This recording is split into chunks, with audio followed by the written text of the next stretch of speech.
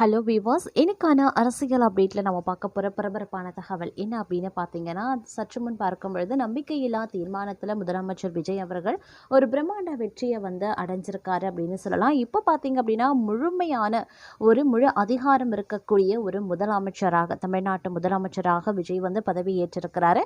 ஏன்னா என்னதான் எலெக்ஷன் டைமில் அவர் பெரும்பான்மையை நிரூபித்தாலும், சட்டசபையிலையும் அவர் பெரும்பான்மையை நிரூபித்தால் மட்டுமே அவரால் முழு முதலமைச்சராக மாற முடியும். ஸோ இன்னைக்கு நடந்த இந்த நம்பிக்கை தீர்மானத்தில் பார்க்கும் பொழுது விஜய் அவர்கள் வெற்றி பெற்றிருக்கிறாரு. அது மட்டும் இல்லாமல் நிறைய விஷயங்களை அவர் சொல்லியிருக்காரு. நிறைய பேருக்கு நன்றி சொல்லணும் அப்படின்ட்டு அவர் சொல்லியிருந்தார். அவர் யாருக்கெல்லாம் நன்றி சொல்ல போகிறாரு, அதற்கு முன்பாக நிறைய பேரை நேரில் சந்தித்து நன்றி சொல்லணும் அப்படின்னு சொல்லப்பட்டிருந்த நிலையில் அதுக்கு முன்னாடி சில விஷயங்களை மாற்றம் செய்யணும் அப்படிங்கிற மாதிரியாக பேசியிருந்தார். அது எல்லாத்தையும் மாற்றிட்டு அதுக்கப்புறமா நேரடியாக போய் நன்றி சொல்ல போகிறாரு அப்படின்னே சொல்லலாம். அதற்கு பிறகு பார்த்தீங்க அப்படின்னா கரூர் சம்பவம் ஒரு மிகப்பெரிய ஒரு தாக்கத்தை முதலமைச்சர் விஜய் அவர்களுக்கு கடந்த காலத்தில் ஏற்படுத்தி இருந்தது. தற்போது பார்த்தீங்க அப்படின்னா கரூருக்கு விஜய் நேரடியாக செல்ல போகிறார் அப்படின்ற ஒரு தகவல் கசிந்திருக்கிறது. அது எப்போ எந்த எந்த நேரத்தில் அவர் கரூருக்கு செல்ல போகிறாரு, கரூர் போகி அவர் என்ன மாதிரியான விலை நிகழ்வுகளை சம்பவங்களை நடத்த போகிறாரு அப்படிங்கிற மாதிரியான தகவல்கள்லாம் வெளியாகி இருக்கிறது. ஒருபுறம் பார்த்தீங்க அப்படின்னா அந்த 41 குடும்பங்களை நேரடியாக முதலமைச்சர் விஜய் அவர்கள் சந்திக்க போகிறாரு அப்படின்ற மாதிரியான தகவல்கள் வெளிவந்தாலும் அந்த நிகழ்வு எப்படி நடக்க போகிறது, நேரில் சந்தித்தார்னா அவர் என்ன மாதிரியான விஷயங்களை பேச போகிறாரு, அவங்களுக்கு என்ன மாதிரியான ஆறுதல்களை சொல்ல போகிறாரு அப்படின்ற மாதிரியான பல அடுக்கடுக்கான கேள்விகள், அடுக்கடுக்கான விடை தெரியாத கேள்விகள் மக்கள் மத்தியில் எழுந்திருக்கு. இந்த நிலவரத்தில் என்னெல்லாம் நடக்க போகிறது அப்படிங்கிறத பற்றின பல பரபரப்பான அரசியல் அப்டேட்ஸோடு இன்னும் பரபரப்பான அரசியல் அப்டேட்ஸை தொடர்ந்து நீங்கள் தெரிந்த பலன் பெற வீடியோஸ் பண்ணாமல் கடைசி வரைக்கும் பாருங்கள். வீடியோக்குள்ளே போகிறதுக்கு முன்னாடி இது வரைக்கும் நீங்கள் நம்ம சேனலை சப்ஸ்கிரைப் பண்ணலை அப்படின்னா உடனே சப்ஸ்கிரைப் பண்ணிக்கோங்க. அப்படியே பக்கத்தில் இருக்கக்கூடிய நோட்டிஃபிகேஷனுக்கான பெல் பட்டனையும் ப்ரெஸ் பண்ணிக்கோங்க. சரி நேயர்களே, வாங்க வீடியோக்குள்ளே போகலாம். தமிழக உளவுத்துறையின் புதிய ஐஜியாக மூத்த ஐபிஎஸ் அதிகாரி அஸ்ரா கர்க் நியமிக்கப்பட்டிருக்கார். முதலமைச்சர் விஜய் தலைமையிலான புதிய அரசு பொறுப்பேற்றதுக்கு அப்புறமா மேற்கொள்ளப்பட்டு வரக்கூடிய முக்கிய அதிகார மாற்றங்களை இது முக்கியமானதாகவே பார்க்கப்படுதுங்க. இருந்தாலும் கடந்த கால நிகழ்வுகளை முன்வைத்து தமிழக வெற்றி கழகம் உள்ளிட்ட சில தரப்பினர் இந்த நியமனத்தை பார்த்து வியந்து வந்துட்டு இருக்காங்க அப்படின்னு தான் சொல்லணும். ஏன்னா 2004 ஆண்டு பேட்ச் ஐபிஎஸ் அதிகாரியான அஸ்ரா கர்க் தமிழக காவல்துறையில் ஒரு நேர்மையான மற்றும் கண்டிப்பான அதிகாரி என்ற பிம்பத்தை கொண்டவர். தென் மாவட்டங்களில் பணியாற்றிய போது கந்துவெட்டி கொடுமையை கட்டுப்படுத்தியது, உத்தபுரம் தீண்டாமை சுவர் விவகாரத்தில் தலித் மக்களை கோயிலுக்குள் அழைத்து சென்றது என இவரது அதிரடி நடவடிக்கைகள் மக்கள் மத்தியில் பெரும் வரவேற்பை பெற்றிருந்தது. சிபிஐலையும் பணியாற்றிய அனுபவம் கொண்ட இவர் தற்போது வடமண்டல ஐஜியாக பணியாற்றி வந்த நிலையில் உளவு பிரிவின் பொறுப்பு வழங்கப்பட்டிருக்கிறது. கடந்த 2025 செப்டம்பர் மாதம் கரூரில் தமிழக வெற்றி கழகத்தின் தலைவர் விஜய் பங்கேற்ற பொதுக்கூட்டத்தில் ஏற்பட்ட கூட்ட நெரிசலில் 41 பேர் உயிரிழந்தாங்க. இந்த துயர சம்பவம் தொடர்பாக சென்னை உயர்நீதிமன்றம் ஒரு சிறப்பு விசாரணை படையை அமைச்சிருந்தது. அந்த விசாரணை குழுவின் தலைவராக நியமிக்கப்பட்டவர் அஸ்ரா கர்க். அந்த சமயத்தில் அஸ்ரா கர்க் தலைமையிலான குழு தமிழக வெற்றி கழக நிர்வாகிகளிடம் நடத்திய விசாரணை மிக கடுமையானதாக இருந்ததாக கட்சி தரப்புல குற்றம் சாட்டப்பட்டிருந்தது. குறிப்பாக கட்சியின் பொதுச் செயலாளர் புசி ஆனந்த் உள்ளிட்டோர் மீது வழக்கு பதிவு செய்யப்பட்டதும் கட்சியின் முக்கிய புள்ளிகள் விசாரணை வளையத்திற்குள் கொண்டு வரப்பட்டதும் பெரும் பரபரப்பை ஏற்படுத்தியிருந்தன. அப்போது தமிழக வெற்றி கழக தரப்பில் உச்சநீதிமன்றத்தில் மனு தாக்கல் செய்யப்பட்டிருந்தது.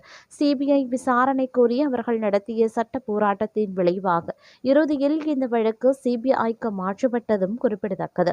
கடந்த ஆண்டு அஸ்ரா கர்க்கின் விசாரணையை எதிர்த்து நீதிமன்றம் சென்ற அதே விஜய் இன்று முதலமைச்சராக பொறுப்பேற்ற பிறகு அதே அதிகாரியை காவல்துறையின் மிக முக்கிய பிரிவான உளவுத்துறைக்கு தலைமை தாங்க நியமித்துள்ளது அரசியல் நோக்கர்களால் உன்னிப்பாக கவனிக்கப்படுது.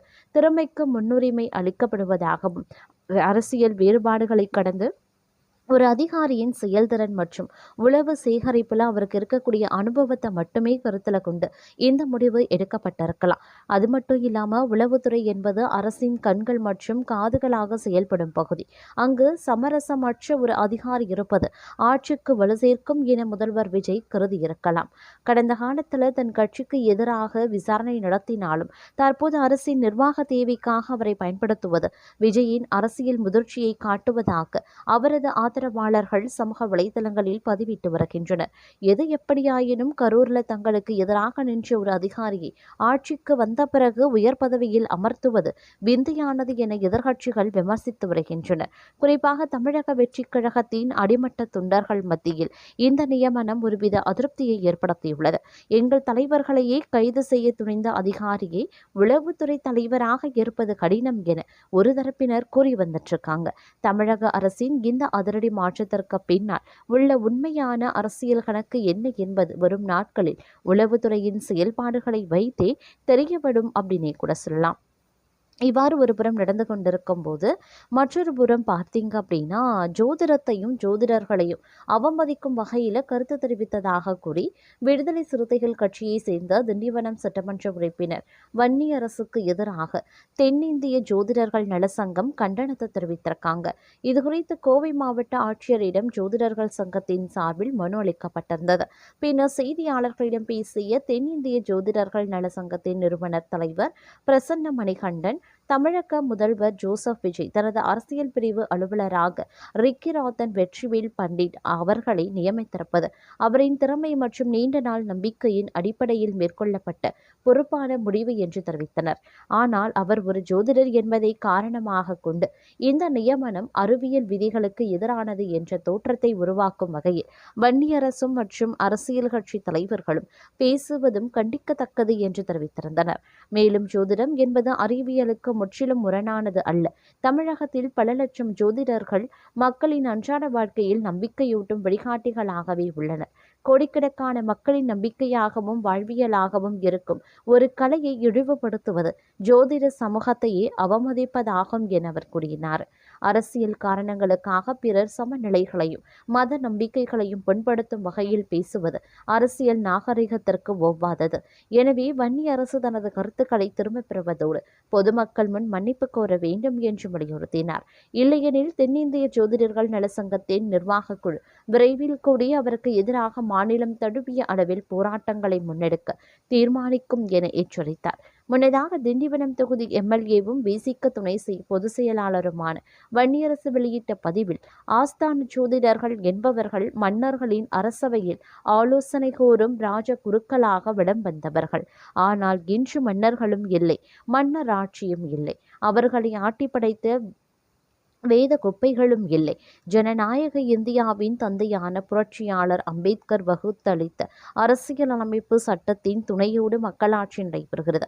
இன்றைய காலகட்டத்தில் மக்களால் தேர்ந்தெடுக்கப்பட்ட அரசை தலைமையேற்று நடத்தும் முதலமைச்சருக்கு ஆலோசனை கோரும் அரச பதவியில் ஹார்ட் அட்டாக் வந்தால் பதட்டப்படாதீர்கள், மந்திரம் சொல்லுங்கள், தலைவிதி இருந்தால்தான் ஒருவருக்கு அரசு வேலை கிடைக்கும் என்று அறிவுரை சொல்லும் நபரை நியமிப்பது எவ்வகையிலும் ஏற்றுக்கொள்ள முடியாது.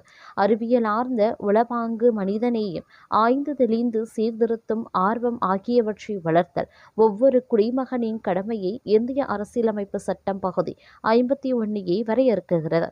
அரசியலமைப்பு சட்டம் பரிந்துரைக்கும் கடமையை குடிமக்கள் மேற்கொள்வதற்கு ஊக்கப்படுத்த வேண்டியதுதான் அரசின் தலையாய பணி. அறிவியல் மனப்பான்மையை வளர்த்தெடுக்க வேண்டிய அரசு, முதல்வருக்கே ஆலோசனை சொல்லும் அரசு பதவியை அறிவியலுக்கு புறம்பான பிற்போக்கு கருத்துக்களை பரப்புவதையே தொழிலாக கொண்டிருப்பவருக்கு வழங்கினால் அது மக்களுக்கு சொல்லும் செய்தி என்னவாக இருக்கும் அப்படிங்கிற கேள்வியையும் எழுப்பியிருக்காங்க.